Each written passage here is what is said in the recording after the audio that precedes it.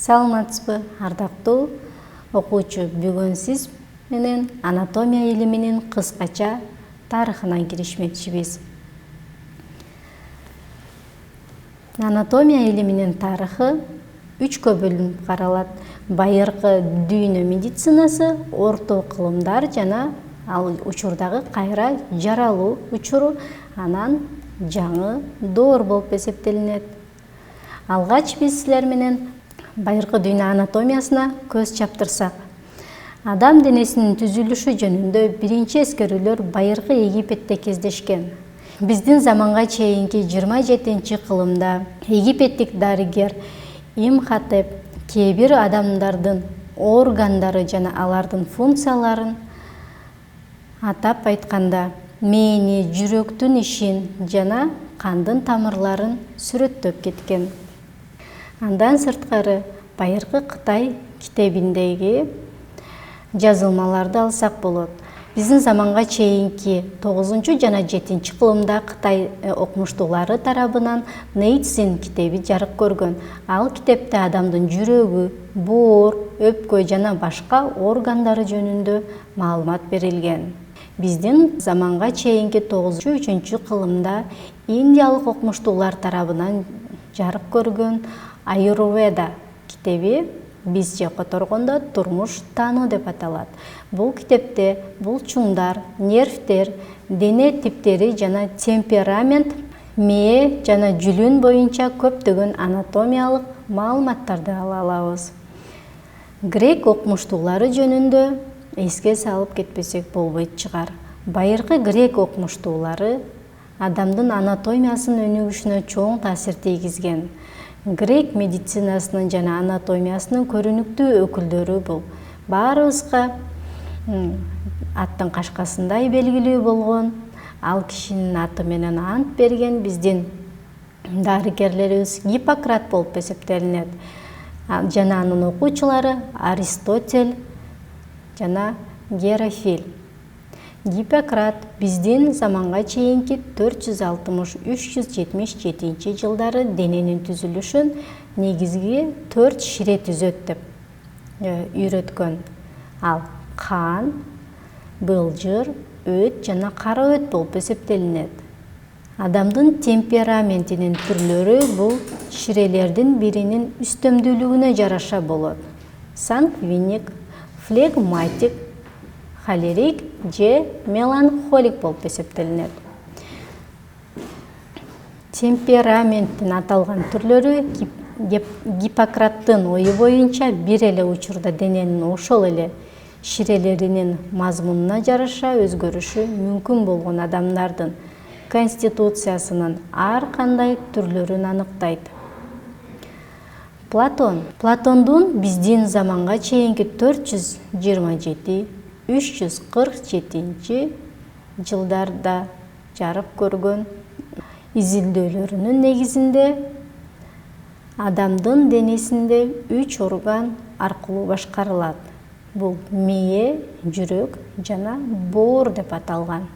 Аристотель биздин заманга чейин 384-323 жылдары чогултулган эмгектеринде жаныбарлардын денесин салыштырууга жана эмбрион изилдөөгө биринчи аракет жасаган жана салыштырма анатомия менен эмбриологиянын негиздөөчүсү болгон. Кротон Алкмеон биринчи грек анатомисти, эң сонун кесүү ыкмасын өздөштүргөн дарыгер жана философ Кротон Алкмеон деп эсептелет. Маванг Дуи бул Кытай медицинасынын чоң жетишкендиги болуп эсептелинет. Биздин заманга чейинки 168-жылга таандык. Бул китепте биз адамдын анатомиясына тиешелүү жалпы атласты көрө алабыз. Байыркы Рим окумуштуулары адамдын анатомиясын изилдөөдө байыркы гректерден кем эмес салым кошкон. Рим медицинасынын эң көрүнүктүү өкүлдөрү Цельс жана Гален болуп эсептелинет. Гален адамдын денеси катуу жана суюк бөлүктөрдөн турат деп эсептеп, бейтаптарды байкоо менен өлүктөрдү кесүү аркылуу денени изилдеген. Ал биринчилерден болуп вивисекцияны колдонгон жана эксперименталдык медицинанын негиздөөчүсү болгон. Анатомия боюнча негизги эмгектери анатомиялык изилдөөлөр адам денесинин бөлүктөрүнүн максаты жөнүндө. Цельсиус медицина боюнча эмгектериндеги гигиена, диета, терапия, хирургия жана патология боюнча эң ишенимдүү билимдерди чогулткан. Медициналык терминологиянын пайдубалын түптөгөн жана ошондой эле кан тамырларын байлаган хирургияга лигатураны киргизген. Авиценна эң белгилүү перс дарыгери. Гиппократтан, Аристотелден, Галенден алынган олуттуу анатомиялык жана физиологиялык маалыматтарды камтыган медицина илиминин канонун жазган. Ага Авиценна өзүнүн идеяларын кошкон. Платон айткандай, 3 орган эмес, 4 орган тарабынан киши башкарыларын жазып кеткен: жүрөк, мээ, боор жана урук бези. Мына ушуну менен байыркы дүйнө медицинасы илимпоздорун жыйынтыктайбыз. Эми орто кылымдар менен жана кайра жаралууга келдик. Орто кылымдарда адамдардын анатомиясында олуттуу ачылыштар жасалган эмес. Бул мезгилде адамдардын сөөгүн изилдөөгө, скелет жасоого тыюу салынган. Диний көз караштар менен илимий көз караштар кайчылаш келип, көптөгөн окумуштуулар, илимий изилдөөчүлөр өз жумуштарын, ийгиликтерин токтотууга туура келген. Же алар жасалган эмгектер дин аша чапкан динчилер тарабынан алардын жумуштары, эмгектери жокко чыгарылган. Кайра жаралуу доору. Кайра жаралуу доорунун анатомисттери байыркы табыттардан кийин биринчилерден болуп адамдын түзүлүшүн жана анда болуп жаткан процесстерди изилдөөгө аракет кылып, илимий медицинанын жана анатомиянын пайдубалын түптөгөн. Алар экспертиза жүргүзүүгө уруксат алышкан. Анатомиялык театрлар коомдук диссекцияларды аткаруу үчүн түзүлгөн. Пионер заманбап анатомиянын атасы Мадиноли Луци ал студенттерге медицинаны үйрөтүү үчүн орто кылымдарды католик чиркөөсү тарабынан узак убакыт тыюу салынган өлгөн адамдардын ачык сөөгкө кесүү практикасын кайрадан баштаган. Ошондой эле өзүнүн экспертизасынын жыйынтыгында Галенден кийинки биринчи анатомия жыйнагын жазган окумуштуу болуп эсептелинет. Леонардо да Винчи жөнүндө силер сүрөтчү же болбосо искусство кишиси катары билесиңер. Леонардо да Винчи алгач скелеттин сүрөтүн тарткан. Мына ошол сүрөттү тартканда табиятка кызыгып, кишинин анатомиясына кызыгуусу артып, илим катары изилдеп баштаган. Ал адам денесинин түзүлүшүн изилдөөдө биринчилерден болуп адамдын өлүктөрүн кескен. Леонардо да Винчи биринчи болуп адамдын денесинин ар кандай органдарын туура сүрөттөгөн. Адамдын жана жаныбарлардын анатомиясынын өнүгүшүнө чоң салым кошкон. Ошондой эле пластикалык анатомиянын негиздөөчүсү болуп эсептелинет. Кийинчерээк пластикалык анатомия илимий гана эмес, сүрөтчүлөр үчүн маанилүү чоң бир академияга айланган. Ал 2 негизги бөлүмдөн турат. Биринчиси сөөктүн негизин изилдөө, экинчиси адамдын булчуңдарын изилдөө болуп эсептелинет. Андреас Вессалиус адамдын дене түзүлүшүн сүрөттөө үчүн байкоонун объективдүү ыкмасын колдонгон. Өлүктөрдү кесүү менен Вессалиус биринчилерден болуп адамдын дене түзүлүшүн системалуу түрдө изилдеген. Ошол эле учурда ал Галендин көптөгөн каталарын ашкерелеген жана жок кылган. Ошентип анатомияда аналитикалык мезгили башталып, анын жүрүшүндө сыпаттама мүнөздөгү көптөгөн ачылыштар жасалган. Вессалиус жаңы анатомиялык фактылардын ачылышына жана сүрөттөлүшүнө көңүл бурган. Адам денесинин түзүлүшү жөнүндө эмгегин тартуулаган. Вецалийдин китебинин жарыкка чыгышы бир жагынан ошол кездеги анатомиялык концепцияларды төңкөрүш жаратса, экинчи жагынан Галендин авторитетин сактап калууга аракет кылган. Бул учур татаал бир учурга туш келип, диний көз караштагы коом менен илимий көз караштагы илим изилдөөчүлөрү чоң жоготууларга дуушар болгон. Жаңы доор, бул жаңы доор 17-18 кылымдан башталат. Бул учурда анатомиядагы чоң ачылыштар пайда болгон. Андан сырткары анатомиянын бир канча тармактары пайда болуп, аларга изилдөөлөр башталган учур. Анатомиянын жаңы тармактары дегенде бул гистология, эмбриология, патология, топографиялык анатомия, антропология болуп эсептелинет. Гистология бул клеткаларды түзүлүшүн изилдейт. Эмбриология бул эмбриондорду изилдөөчү илим болуп эсептелинет. Патологиялык анатомия бул ар түрдүү оорулардын келип чыгуу себептерин окутуп үйрөтсө, топографиялык анатомия бул системалык органдарды окутуп үйрөтүүчү анатомия болуп эсептелинет.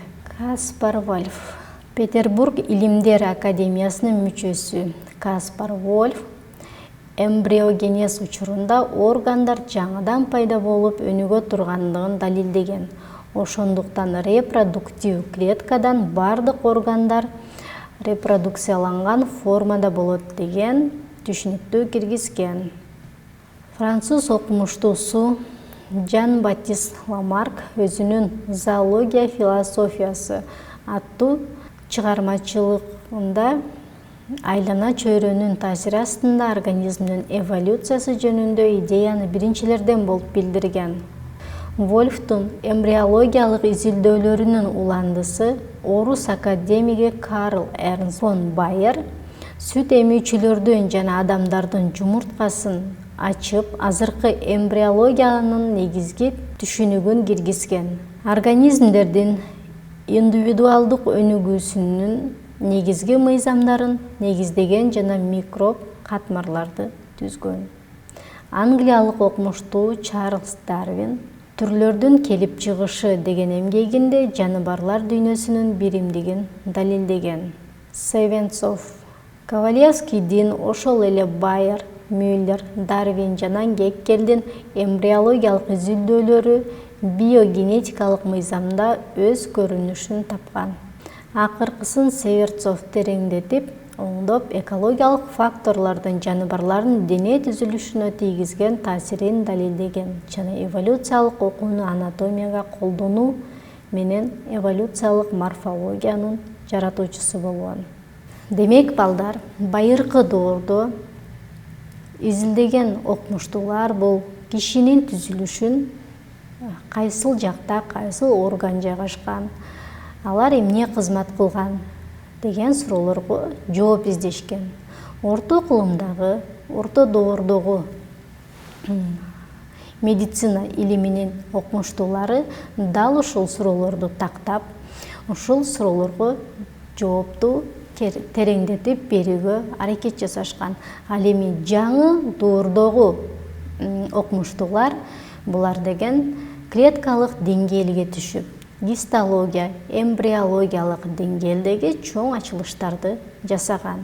Келгиле эми балдар, биз силер менен кыргыз окумуштууларын айта кетели. Медициналык атайын илимий мекемелердин өзгөчө Кыргыз мамлекеттик медицина институтунун башкача айтканда азыркы учурда баарыбызга белгилүү болгон медициналык академиянын 1939 жылы ачылышы менен жана ал жактагы илимий кадрлардын калыптанышы менен республикада илимий иштер пландуу жүргүзүлө башталды.